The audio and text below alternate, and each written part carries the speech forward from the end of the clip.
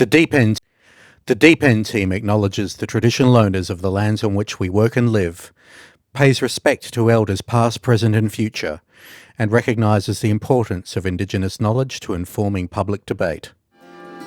Our guest on this episode of The Deep End is Peter Khalil. Peter Khalil is the sitting member for Wills in the Australian House of Representatives. He is the son of Egyptian migrant parents and grew up in a housing commission in Melbourne.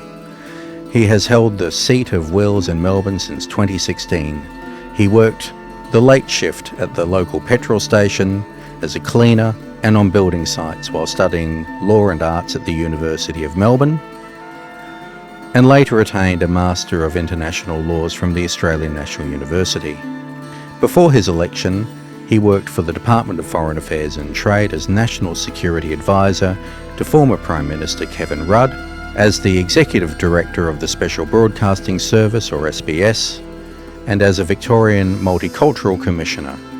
He is committed to promoting human rights and cultural diversity in Australia and beyond. So Peter Khalil, you are the member for Wills and a representative of the people in a wonderful district in Melbourne that includes Brunswick and environs. You have a special role in Parliament. You're the chair of a security committee and you represent a wonderfully multicultural community. So tell us a little bit about yourself and how you became a politician. I believe you were not born in Australia. Is that correct? No, I was actually. I was born in Melbourne. Were you? Okay. Yeah. My parents migrated from Egypt in 1970, 71. Oh, wow. And I grew up. I was actually born in East Melbourne at Mercy Hospital about a torpedo punt, a Dacos torpedo from the MCG.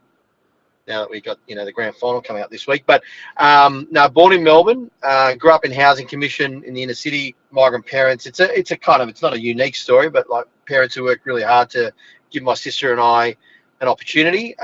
We got a roof over our head, which was great, and got an opportunity to get a good education. So they were very, very strict, I guess, probably strict on us really getting a good education so that we had all the opportunities before us. It wasn't easy. They worked really hard, and they weren't making excuses or anything like that. They sacrificed, I think, their own lives to a certain extent, their own careers, to give us the opportunity in Australia. And growing up in the 70s and 80s, it was there was a fair bit of prejudice and racism towards migrants and people with brown skin, but for a long time that I've spoken to you about this before, Marcia, it kind of got to me, but after a while I didn't want to be a victim or have that victim mentality, and I just sort of fought through it. But I didn't talk about it a lot, but there was a lot of that. But Australia's changed remarkably since then as well. There's still elements of prejudice within society, but it's not as overt and in your face as it was 30, 40 years ago. Although there are moments, as we've seen, even in this year, when this type of stuff rears its ugly head and does become very overt, and that's very sad and very unfortunate, because I thought we'd made a lot of progress. Yes, it's astonishing how some people simply stick to the old script and don't seem to have learned anything. Peter, you have a view on the Voice. Let's put this correctly. You have a view on the referendum proposal that Australians will be voting on October 14, and that is that Aboriginal and Torres Strait Islander peoples be recognised as the first peoples through the establishment of a voice to Parliament and the executive government to enable them to make representations to Parliament and the executive government on matters that relate to them. Well, you have a view, and you've in fact hosted me at an event in Brunswick to talk about this. What is your view on the referendum proposal, Peter? Well, I will say that event was very popular, Marcia. When everyone found out that Professor Langton was going to be there, we had, I think, 600 people, and they were spilling out onto Sydney Road. But it was a great event, and you really explained a lot of the detail to the audience that was there in such an articulate way. Look, my view, and it comes from a particular perspective. But I will say this, and you all know this, and the listeners know this, that we are facing a seminal moment in our history. It is a crossroads.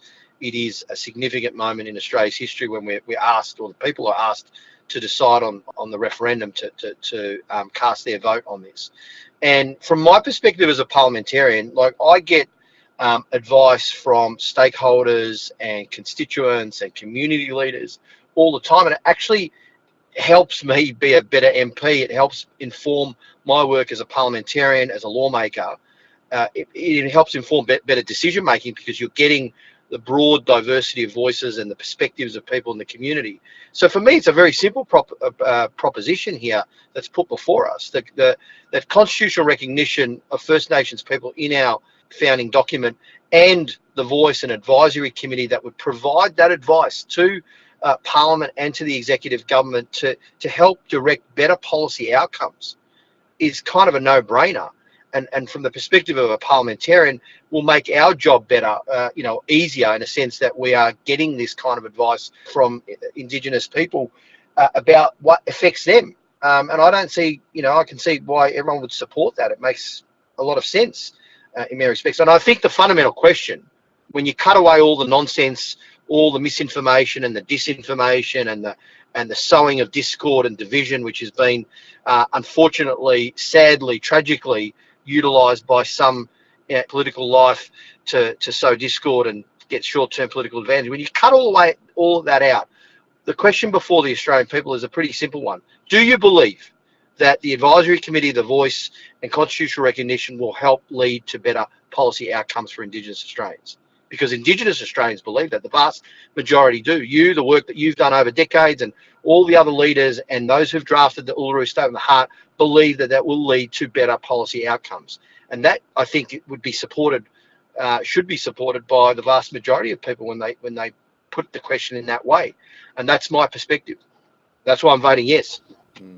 And what's the feeling in your electorate, Peter, about the voice? Do you have a sense of optimism about the people you represent? Yes, I do. Our electorate is as you alluded to, the fact that it was a very diverse electorate, multiculturally diverse, ethnically diverse, a lot of different faith communities, a lot of new and emerging migrant groups, older migrant groups. It's also very socio-economically diverse. There's a fair bit of gentrification that's occurring, obviously, in Brunswick and parts of Coburg. But it goes all the way up through Pascoe Vale, Glenroy and Fawkner. For those of you who live in Victoria, you'll know those northern suburbs of Melbourne. So it goes up into a very working class suburban area with lots of migrants as well. And so I'm quite confident that there'll be strong support for the yes vote in my election. And I do campaigning out. I love Brunswick, but most people in Brunswick, as I said, there were 600 people out in the Brunswick Town Hall to go to the Voice Forum. I'm doing forums and I'm doing campaigning out in the outer suburbs, where people don't really quite understand the issues. It's about information, it's about education, about what the referendum means. I was doing a yes campaign out in Fawkner, which is one of the working class suburbs in my electorate. A lot of migrants there, and probably one in 5 or 1 in 4 people didn't even know a referendum was coming around, let alone, any of the issues therein. So that's important to have those conversations. So I'm pretty confident that, the electorate will vote yes. I will say one thing though, we do have, and this is anecdotal, I'm not sure that the polling comes out this week, there's a lot of support for the yes vote from new and emerging migrant groups. That kind of makes sense, doesn't it? Because they come to Australia, they recently arrived, they see a country that's, voting in support of Indigenous Australians and culture, and that reflects on them. They think, well, that's great. I want to support that because that's about me in a certain way indirectly as well. And you're getting a lot of support from the yes vote from the older migrants who came here in the 50s and 60s. But my parents are in their 80s and 70s. They're voting yes because they understand what Indigenous Australians went through and through their experience as well coming to Australia. The problem we have, and this is straight up, is in that middle second and third generation demographic, particularly of second and third generation migrants. The 30, 40 somethings, 50 something, mainly males, who are like, well, I'm not guilty of doing anything against Aboriginal people. I came here, I was discriminated against. I built up my business. What's it got to do with me? And they've been suckered in by a lot of that misinformation and disinformation. So we've got a bit of a problem with that demographic, and I think we should be really reaching out to that cohort to explain that this is about fairness. This is about better policy outcomes. And when they see that side of the argument, I think that might convert a few.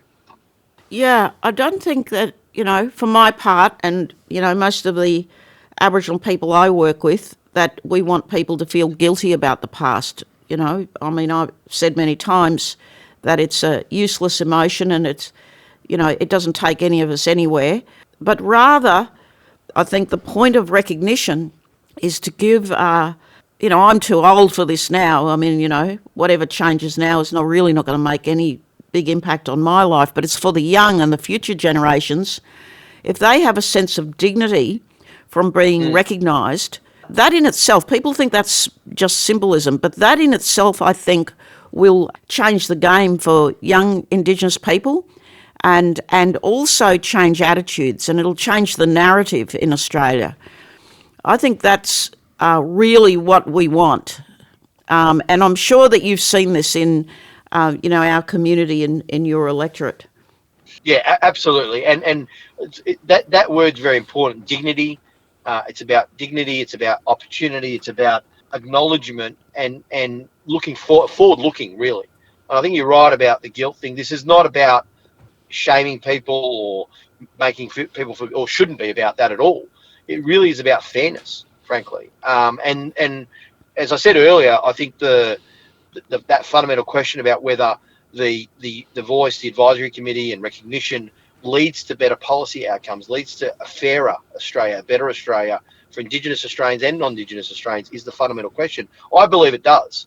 I can see how a lot of the nastiness and that sort of sowing of discord and division, which is frankly for political purposes, has muddied the waters on this question for a lot of people. And when you've got this space where people don't quite understand all of the issues, or they're influenced by that, it's really unfortunate, because it is a very simple proposition, a very modest proposal as well in many respects. But dignity is first and foremost, and I think most Australians would understand that, the importance of that for Indigenous Australians as well. So you're right about that, Marcia. So I too am from a recent migrant background, and I know quite a few people who are in that middle generation you were talking about, who simply say, well, I've worked hard and I don't accept handouts, and I built up my business and I respect people who work, and all those sorts of tropes, which really come from a life of working 12 hours a day, 7 days a week. Exactly. Yeah, exactly right. And I'm completely sympathetic to that on that front. But what would you say to those people to actually bring them around? Because I have been pondering this myself. I do talk about this to these people whenever I can. But what are the strategies, I guess, for having those conversations that you're finding effective? I've had a lot of these conversations, Aaron, because that's my demographic. I'm a second generation migrant myself, 50 years old. I'm right in the middle of that demographic. And so a lot of my mates, a lot of people that I know, from lots of different migrant communities are in that space. So the thing I say to them is, when we have the conversation, I said, look, and they run all the arguments to me like you've just run, and I just say, look, nothing's being taken away from you. Yeah. This is not about taking anything from you. This is about accepting an offer to lead to better outcomes for Indigenous Australians.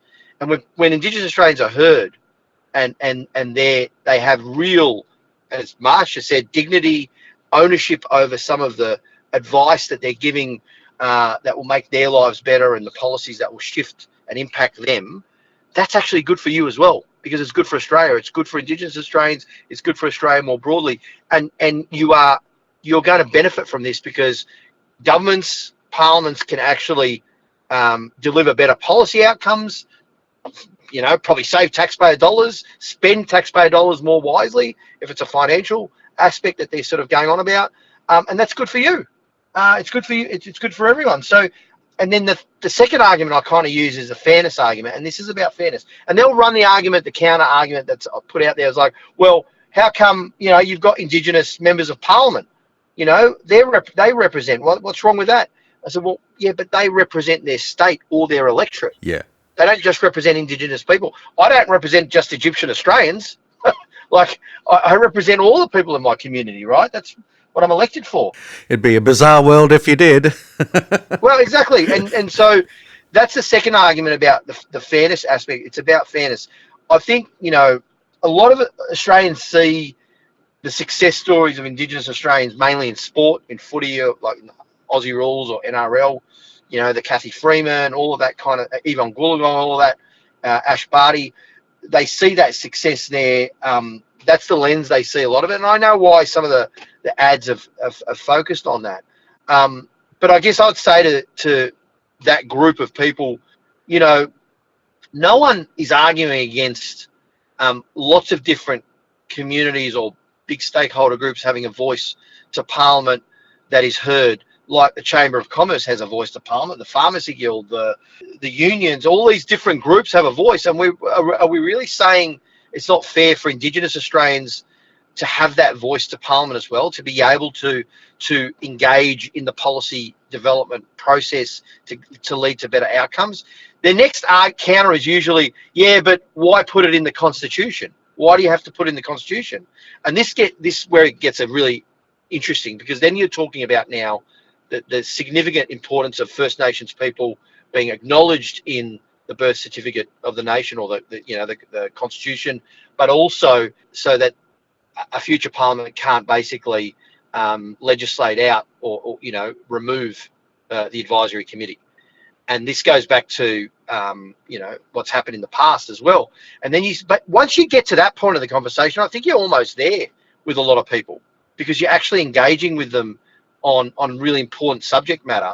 And if you can have a really good conversation, a respectful one, I've found, I haven't convinced everyone that I've spoken to be honest with you, but I reckon a lot of them, I have actually got them to vote yes. And then one mate of mine just said to me, I actually had a chat to Adam Goods, because he knew Adam Goods, and he convinced me to vote yes. I get it. So not everyone's going to be able to speak to Adam Goods, but you know what I mean? We've got to have these conversations. Yeah. Yeah, I'd love to actually talk more about that with you at some point in the future. So in your somewhat unique position in Parliament as an Australian citizen, how does a successful voice referendum, when this is actually voted up, if that's indeed what happens, how does that help you as a Member of Parliament doing the business of Parliament better for Indigenous Australians in the future, potentially? That's a great question, Aaron, and it kind of touches on what I said earlier about my perspective as a parliamentarian. When I receive quality advice from stakeholders, from community leaders, from various interest groups and all that kind of stuff, it helps inform my decision making on a number of levels. One, like it can be through the party room, like the caucus of the party. Two, within the debate around various legislation and how that impacts that particular group when you're making laws or amending laws. Three, through a committee process, obviously. There's a lot of inquiries and reviews that are done around bills and policies, and we're all members of various policy committees on that. And you seek out and you get groups that provide you with their voice and their views on the issues and how it impacts their communities. So having an advisory committee like The Voice, being able to provide that quality of advice and that kind of advice that really goes to how various policies and decisions made by the Parliament and the government impact Indigenous people on the ground in all sorts of areas, whether it be health, incarceration rates, education, employment opportunities, the whole lot, is of immense value. It's actually of immense value to us as lawmakers, as parliamentarians, because we're hearing directly from people who understand how these policies impact their lives. And that can only be better for the decision-making process, for the policy-making process, and for the law-making process that are all interrelated. How it would work practically is actually an interesting question, because obviously, as you both know, the functions and powers and so on of the advisory committee of The Voice will be determined by Parliament. And so there's a bit of work to be done into that and how it would work. And I know that some of that work's already been done, obviously. So, but I think the outcome of it is important, because having that channel and that ability to engage at that level can only lead to better policy, better laws. Yeah, great. Thank you. You'll remember I joined you in a town hall meeting, and there were some wonderful younger and older people, mostly men from African countries originally. That's right. Yeah. And it's pretty clear that that's an extraordinarily disadvantaged community in Melbourne. Yep. And I notice, all the time how they cop exactly what Aboriginal people cop. Attention from the police and, a particular kind of aggressive casting of them in the media as criminal and, unable to make their way in society. And yet you and I know lots of people who've come here from various African countries who are highly successful and wonderful, intelligent people who are making a great contribution to Australian society. So we have that problem of the stereotyping of people by not just colour, but by ethnicity. Aboriginal people cop it extremely, and then we see, it happening to people who are targeted as quote Africans, even though there's how many countries in Africa? 200 and something. 52 countries and 230 odd languages. But yeah, you're right about that. And this goes to that fundamental question that we've discussed in the past around the systemic nature of the disadvantage that Indigenous Australians have experienced over 200 years plus, and also how that's intergenerational as well. And you get a lot of these people in the No campaign who say, oh well, everyone's the same. Why should anyone be treated differently because of their ethnic background or because they're Indigenous and so on? Why should they get special treatment and so on and so forth? We're not talking about special treatment. We're talking about addressing what has been, frankly, centuries of disadvantage and oppression that is structural as well as systemic. And those two things are different.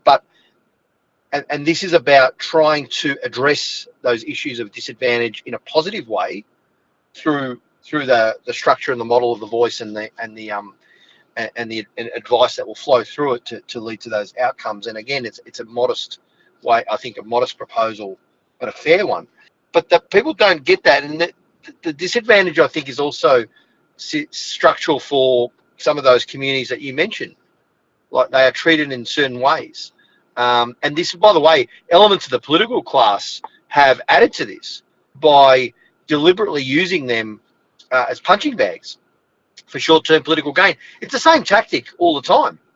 Like, we're seeing it now, in this debate that we're having during the referendum. We saw it with the African criminal gangs, kind of, some of those conservative or right-wing politicians that went after so-called African gangs, when most of the criminal rates for that community were well lower than other communities, particularly Anglo communities, for example. But no one said a word about that. So these people use this in the most egregious way to try and sow that division by punching down on these various groups who are disadvantaged.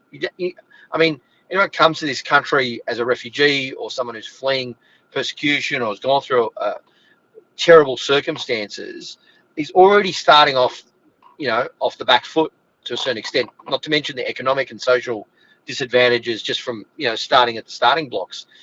Most migrants went through that. The difference was in the past was that, I said there was positive aspects of our experience because we got access to public housing.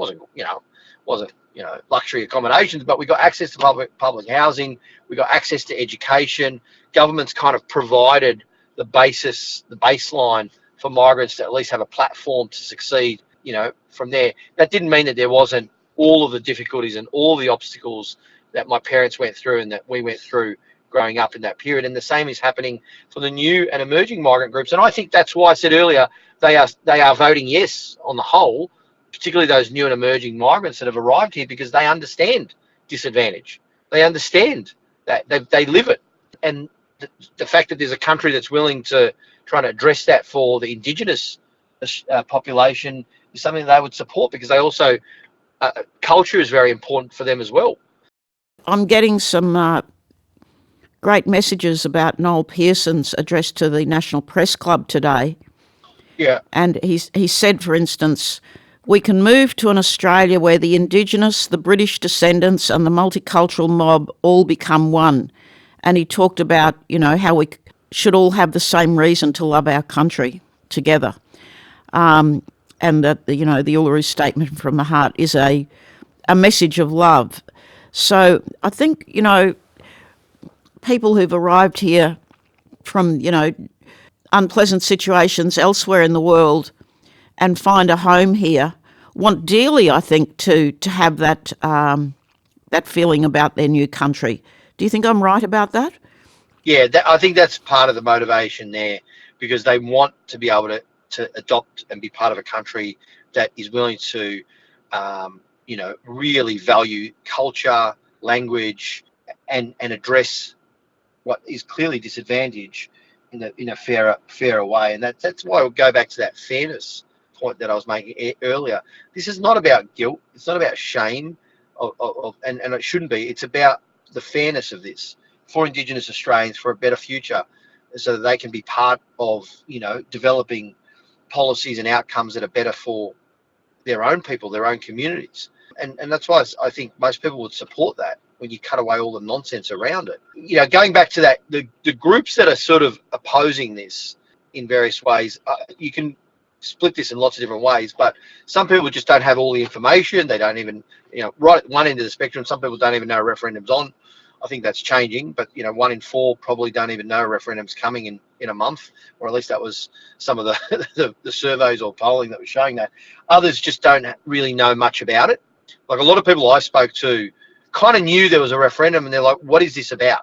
They literally said to me, this was like a couple of weeks ago when I was doing a campaign, campaigning on the street at the shops in one of the suburbs. They're like, what's this about? I don't know anything about it. I know there's some vote that we've got to have. What is it for? And then there's others who have this sort of vague understanding that, is this just to help the Aboriginal people? And they have no further knowledge. And then it just goes along the spectrum. And I think, really good campaigning is able to slice those demographics and get the right messaging to the right demographics. I think we should be doing that to help us get a yes vote up, because, at one level it's information and education, at another level it's correcting disinformation that some people are already mouthing back some of the arguments against voting yes, some of the no arguments about why should you have a special treatment of anyone in the Constitution and so on. You need to then have a much more sophisticated countering of that narrative in your conversations and in the messaging. I mean, I'm interested in your views about whether you think, like, the ads and all the other things that are happening, is that, I know people say in ads you've got to have an emotional impact. It's about emotion, how people feel when they vote. I kind of get that. But also there's a lot of people saying, well, what is this actually? What is it about? And that's why I was sort of talking in our conversation today about what the voice would actually do or mean for a parliamentarian. Because that's what we're talking about, isn't it? Yeah. It's advice to Parliament and to the government. Yeah. How's that going to work? And I've just given you a bit of a sense of what that means for me as a parliamentarian. I think the television ads by the Yes campaign are, very clever and very beautiful. And they grab people's attention, but then people want to know, but what will it do? And, who'll be on it, and so on. They want what the other side call the detail. Yes. So you know that I was involved in the voice co-design process under the Morrison government, appointed by Ken Wyatt, the Minister for Indigenous Affairs in the Scott Morrison's government, and I worked with Professor Tom Calmer as the co-chair of the Senior Indigenous Advisory Group, and we worked with 50 people on our committees and a range of wonderful public servants in the Commonwealth bureaucracy to deliver 2 reports, both of which the Minister, Ken Wyatt, tabled in Cabinet, and both times Peter Dutton was a member of that Cabinet, and he knows very well, or should know very well, what the detail is, because he received our interim report and our final report on the voice co-design process. But for some reason, this government has chosen not to talk about the detail. And, there's been a lot of messaging about we're voting on the principle of having a simple amendment to the Constitution, and the detail will be worked out by Parliament later. I don't think that's a strong enough reason for people to vote yes. I think people will want to know something about it, what it would look like, and we can talk until the cows come home about how policy works and how it's best to have people who are affected by policy decisions and laws involved in the process of making policy. But most people, don't have that experience. So No, they don't. So it's all a bit abstract, Well, I try and give specifics. So when I'm having those, those conversations, Aaron, with that particular demographic, you say, well, what does this mean? What will it actually do? Because people are very pragmatic and practical. Those small business people are like, what does that actually mean? How does it actually work? So I tell them, I say, well, it'll be set up as an advisory committee. That a lot of that work's already been done. You just referred to it as well in the work that you've done over the period of time. But from my perspective, I say, well, we would be meeting with members of the committee. We'd receive submissions, reports. We'd engage. What does that mean? Get more specific. Like if there was a particular health issue or health policy area, I don't know, I'm just making this up, but something around kidney disease, Indigenous communities and in remote and regional areas, they would provide us some advice about some of the ideas or policy ideas to actually get better results around or better health outcomes. That would feed into the members of Parliament, the various relevant committees that are conducting inquiries into it. The submissions would go to the Parliament, it would go to the executive as well, to the relevant ministers. Caucus would discuss these. You'd probably have an iterative process where you engage with the advisory, with the voice around some of this policy area, and take that advice, adjust it, whatever it might be. That might then lead you to changing policy or newer policy that might lead to better outcomes, possibly even changing certain legislation as part of that. That's the work of Parliament and government, and that would be, I assume, the work that the voice would do as well in that construct. Unless you think there'd be a different way of doing it, because you know better than me. No, I think you're completely right. I mean, people have referred recently to the voice proposal as an embellishment of our democracy and a very safe, sound and practical proposal. And I think, your way of speaking about this is supports that view. There's a lot of argument about it being a risky proposal, but all the experts say that it's safe, sound and practical. And I think you as a parliamentarian who works hard to represent your electorate, you can see that very clearly. So, yes, I appreciate your view on that. And I think, hearing from politicians like you about how you would work with the voice, that's pretty important to people. Yeah, absolutely. I think that does cut through when I talk to people when they ask me, what does it all mean? They're like, oh, I get that. I see. It helps you do better laws or helps you work on policy better. They kind of get it straight away. And I think that kind of level of detail is the least we can do to explain things to people about, why this is something that's beneficial. Look, the thing is that, as I said earlier, there's so many different groups in society, so many different demographic groups, that the messaging to each is kind of different. And that's always difficult in a fractured media environment with lots of different platforms, lots of voices out there that are saying all sorts of different things and muddying the waters. It's a very complex space to work in. It's really, really difficult. And of course, unlike like a general election, a referendum is harder as well, because you've got to actually convince people that they need to move away from the status quo. They might be sort of supportive, but they're like, oh, I don't know, I don't think we need to change anything, a bit reluctant to change. People kind of come back to that and they just sort of settle back on no, even though they might be more quite supportive of something like the voice. But if they're confused in any way or they've been told otherwise, that it's going to cause a problem, they kind of are a bit conservative about it. So referendums are actually harder in that way, and that's why you're right, Marcia. We have to explain to us at a certain level what it actually does and how it does it, and what that actually means. And we're starting to have those conversations. There's still, what is there, 3 weeks. Most people are starting, frankly, I know this sounds strange, most people start switching on when there's an election, like a week or two before the election. And I think it's the same with the referendum. We need to get Sushi Mango onto this, brother. Absolutely, I think, or even get Effie from Logs Out of Work to come out and do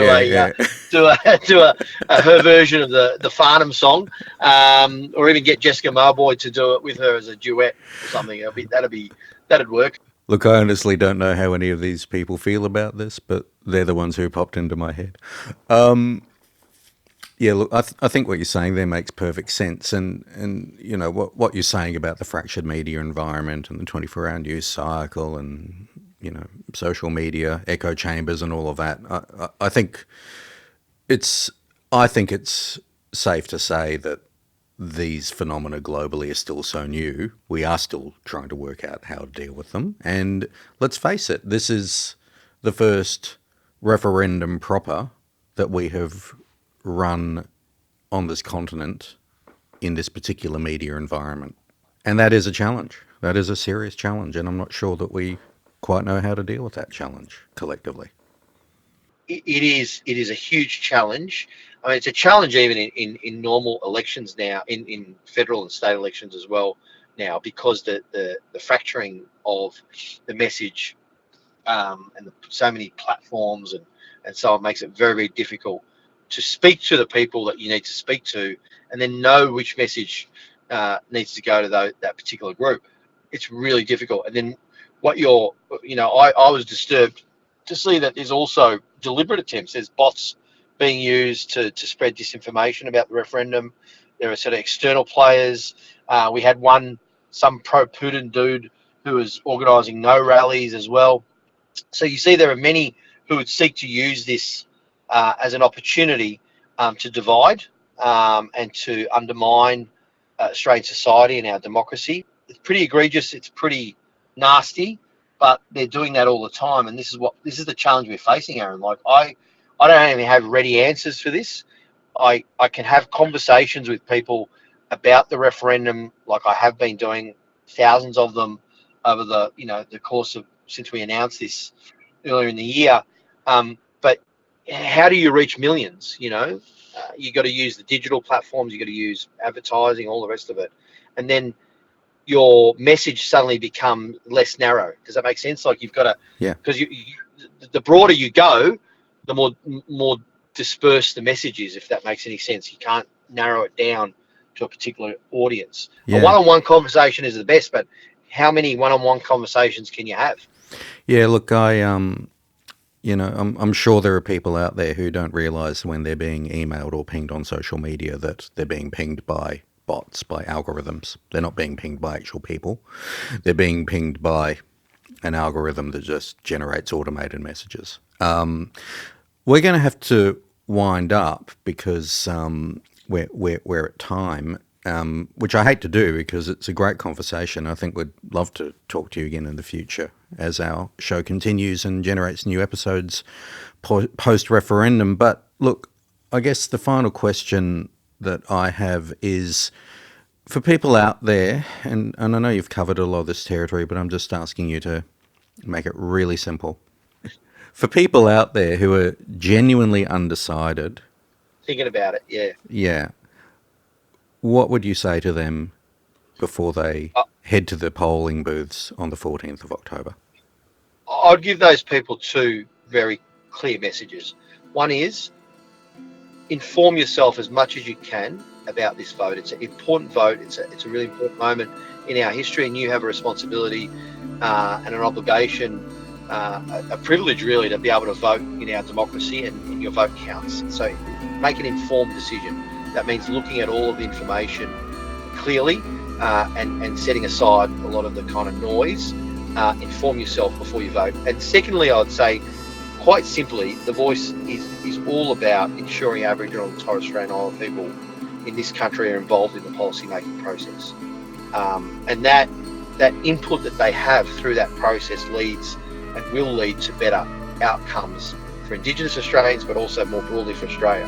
And I think, that simple proposition is one that most people would support. And the thing about all of that is, when you get down to it, it's extremely simple but effective. And that's the key. It's about fairness, and it's effective because it'll make a difference.